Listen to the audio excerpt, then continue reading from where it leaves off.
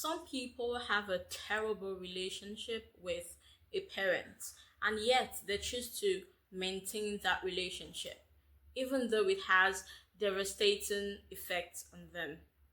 And once upon a time, I used to wonder, I did not get it. Like, this relationship is doing this to you, it's making you suffer, maybe physically, even financially, emotionally, mentally, and yet you could have severed ties with this parent a long time ago, and yet you choose to keep this relationship going. So but now I realize that I was mistaking two things. One is that I did not know the difference between being a bad parent and simply being bad at parenting. Okay, and two, that these people are stuck between a rock and a hard place. They have no choice. Okay, now first, being a bad parent, when you are bad at parenting, it simply means you're still figuring things out. Okay, we're all humans, we make mistakes, we are new to everything we are experiencing now. Same thing with being a parent. When you're a parent for a first time, second time, even, some things you learn, some things you get to understand through communication with your child and all of these things. So from the outside looking in, you might think, oh, this person is a bad parent, they're not supposed to do this. But really, what do you know? These people might still be figuring things out, working things out, and yeah. But when a person is a bad parent, they're selfish, they're uncaring, and unwilling, okay, to consider the needs of the child. And outside of being a parent, if you are the child of such people, outside of being their child, you would not want to relate to them. Okay, if you are simply two individuals who, met outside this familial setting. And two, these people are stuck between a rock and a hard place. You cannot simply end a relationship with a parent the way you end every other relationship. It's not so easy. Now, first, I have a friend. She she came from their small family units, a father, mother, and two kids. So she and her twin sister. But unfortunately, she lost her sister when they were still very young, 6, 7, 8. I'm not quite sure. So she lost her twin sister. Now, our mother was so, like, of course you can understand, or you can't understand the loss, the grief a mother has to go through when she loses a child. Okay, it's unfathomable. So this mother grieved the loss of her child so hard, so much that she became a shell of who she used to be. She didn't care about anything. She didn't even care about herself. To the extent that she, in a sense, she abandoned her child. She did not care about her daughter anymore. This friend of mine, she could not look at her because she looked so much. She and her sister are twins, so they look alike. They even talk similarly. They had like same mannerisms and all of that. The mother couldn't look at her anymore because she looks so much like the daughter she lost. She didn't talk to her. She didn't care about her. At such a young age, she had to learn how to cook for herself, how to wash, how to clean. Sometimes she went to school looking filthy because she had a mother at home who did not care about her. So, can you imagine, what will you call such a mother? Like, fine, we understand that she's going through all these things, but I'm more inclined to be on the side of the child in this case because you're a mother. You have a dead daughter, but don't forget the one who's alive too. And the father, based on what I understand, the father is someone that cares. He loves his wife a lot.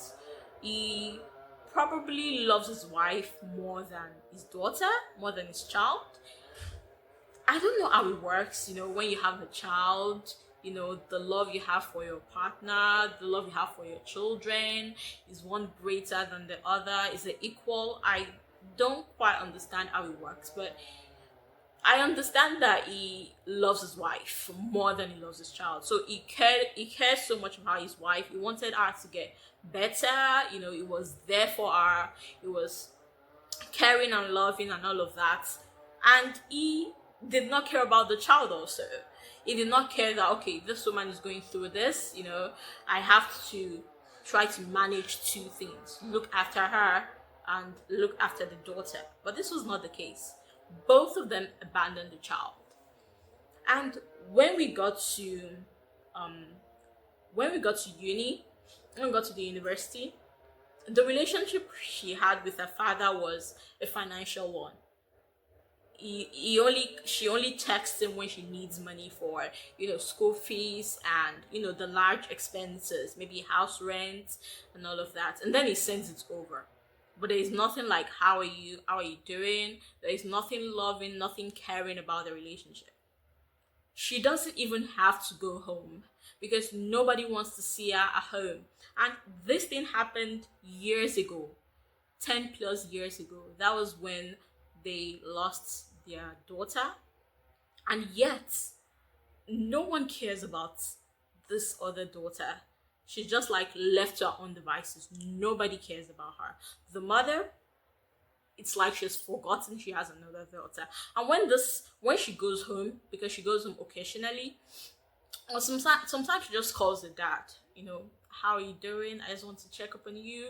Or she goes home. She has to, she's faced with this pain all over again. She's made to feel as if she's responsible for the death of a sister, for their family breaking, when she was just a child. And all this burden is put on her, and anytime she goes home, no one cares about her. No one. It's like, why are you here? She's like a visitor. And then, yeah. So I wondered at some point, I didn't tell her obviously, but I wondered that, why, you're an adult now, okay? Why would you still put so much effort in she tries to call, she goes home. Why would you do this? No one wants you there, no one cares about you. So, like, forget them and move on with your life. At least you are able to stand up on your own now. I mean, she has been standing up on her own for years now. But I used to wonder, I did not get it. Now there's also another scenario I'd like to share. She we were not friends, but I knew her because we stayed together. We stayed together for a while. In our own case, our parents were divorced. They divorced while she was young, and she stayed with her mother. I don't know if she had siblings or if she was an only child. I'm not really sure of the specifics, but she stayed with her mother. Now, during our first year in uni, we're still quite young, okay? We're still like 16. Her mother would call her like 3-4 times a day. They would talk for hours or minutes, depending on the phone. And you might think, oh, this is quite loving. You have such a nice mother. She cares about you.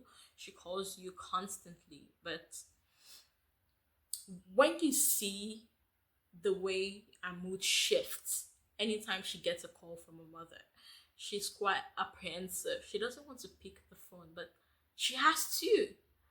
She has to. And when they talk on the phone, our mother talks about, what's going on in her life, why she's happy, why she's sad.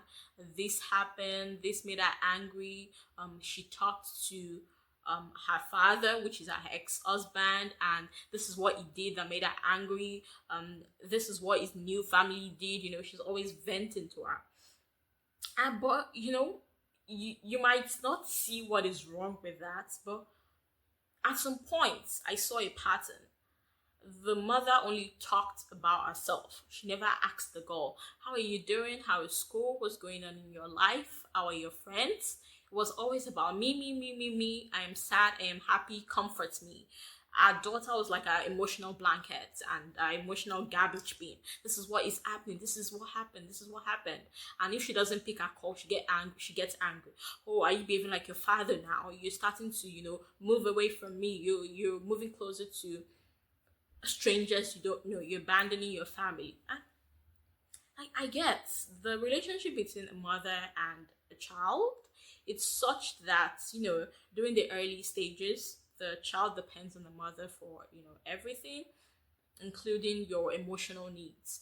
But at some point, when the child becomes an adult, the girl becomes a woman, 20 upwards, you the relationship you have with your mother changes. You become like friends, like sisters.